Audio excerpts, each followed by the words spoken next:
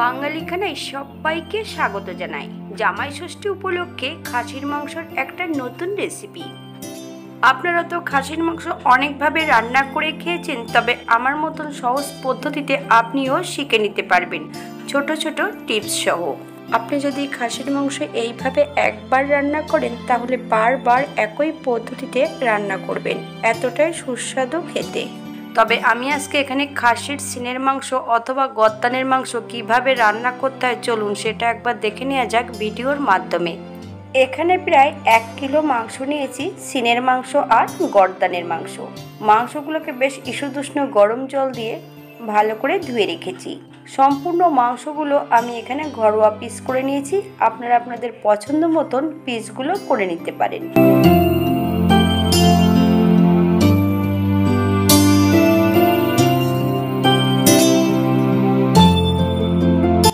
এই পর্যায়ে অ্যাড করতে হবে 50 গ্রাম সর্ষের তেল, 50 গ্রাম জল ঝরানো টক দই।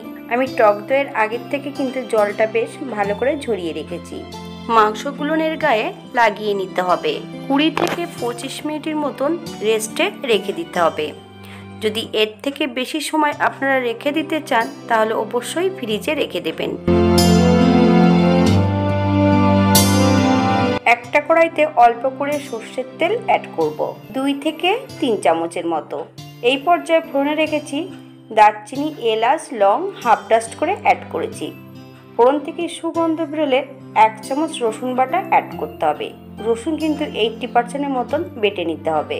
মিডিয়াম সাইজের 2টো পেঁয়াজ বেশ মিহি করে কুচিয়ে অ্যাড করতে হবে। আমি কিন্তু এখানে খুব বেশি পেঁয়াজ অ্যাড করব না, আপনারা পছন্দ মতন পেঁয়াজটা অ্যাড করে নেবেন। এই পর্যায়ে অ্যাড করব 1 চামচ নুন, পেঁয়াজটা যাতে নরম হয়ে যায়।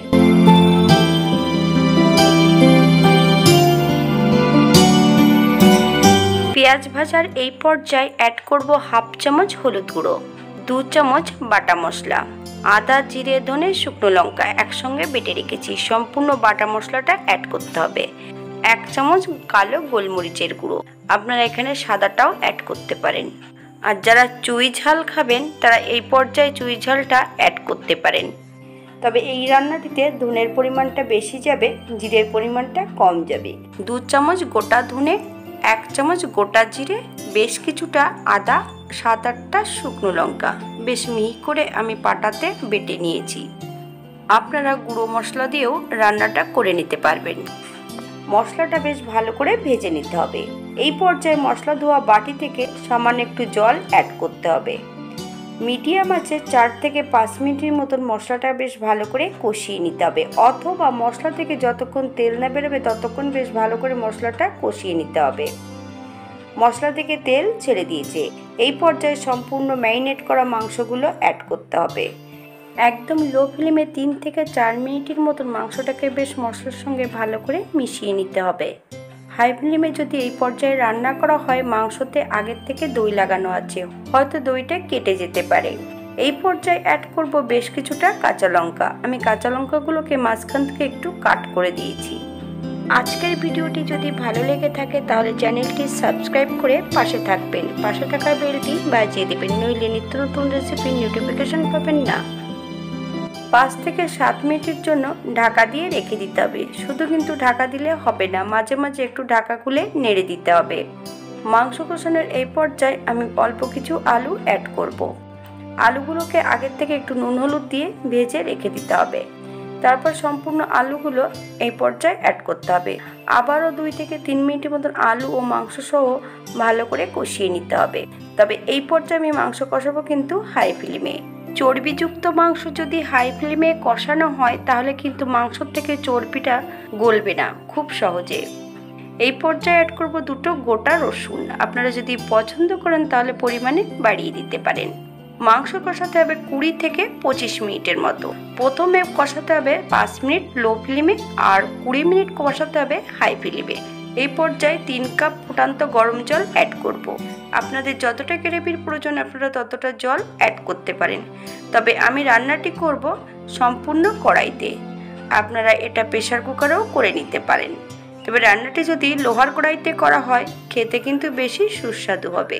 যারা আমাকে সাপোর্ট দিচ্ছেন, যাদের সাপোর্টের প্রয়োজন আছে তারা অবশ্যই আমাকে কমেন্টস বক্সে জানিয়ে যাবেন।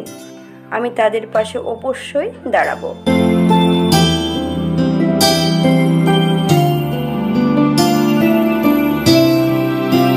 মাংস থেকে কিন্তু আমি আলুগুলো তুলে নিয়েছি। এই পর্যায়ে একবার আপনারা নুনটা চেক করে দেখবেন, স্বাদ অনুসারে নুনটা অ্যাড করবেন।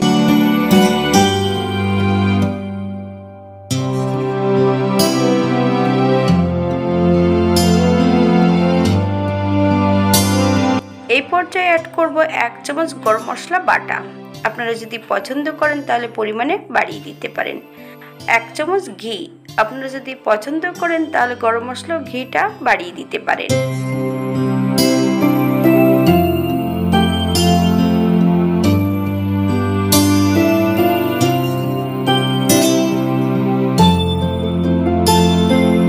পাঁচ মিনিটের জন্য স্ট্যান্ডিং টাইম দিতে হবে, তারপর সার্ভ করব।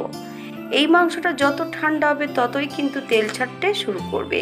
এটা দেখতে যেমন ভারী সুন্দর হয়েছে, এটা গরম ভাতে, রুটি, পরোটা সবকিছুর সঙ্গে অসম্ভব ভালো লাগবে। একই পদ্ধতিতে বাড়িতে একবার বানিয়ে নেবেন। কাজু বাদাম অথবা চালমগজ বাটা যদি পছন্দ করেন তাহলে আপনারা মশলা কষানোর সময় অ্যাড করতে পারেন। আমি মাংসটা কড়াইতে রান্না করেছি, সময় লেগেছে 1 ঘন্টা 5 মিনিট। আপনাদের হয়তো এর থেকে কম বেশি সময় লাগতে পারে। মাংস কষানোর পর কিন্তু প্রেসার কুকারও রান্নাটা করে নিতে পারেন।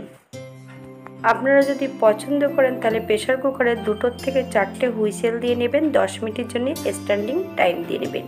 আজকের ভিডিওটি এই পর্যন্ত। সবাই সুস্থ থাকবেন, ভালো থাকবেন। অন্যদিন নতুন রেসিপি নিয়ে আপনাদের সামনে আবার আমি হাজির হব। হাতে যদি সময় থাকে তাহলে একটা লাইক, কমেন্ট, শেয়ার করবেন। নতুন ও পুরনো সকল বন্ধুদের অসংখ্য ধন্যবাদ ভিডিওটি দেখার জন্য।